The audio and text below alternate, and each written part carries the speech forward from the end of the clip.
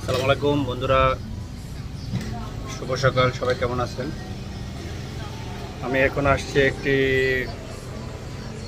Street ফুডের মতোই একটা দোকান। এখানে ম্যাগি গরেং, ফ্রাইড ম্যাগি আর হচ্ছে মাইলো আইস, এটা ড্রিঙ্কস। এটা অনেক মজার আর এটাও খারাপ না, ভালোই, অনেক স্বাদের। আর এটা হচ্ছে দোকানটা, এদিক থেকে রাস্তার পাশ দিয়ে এটা।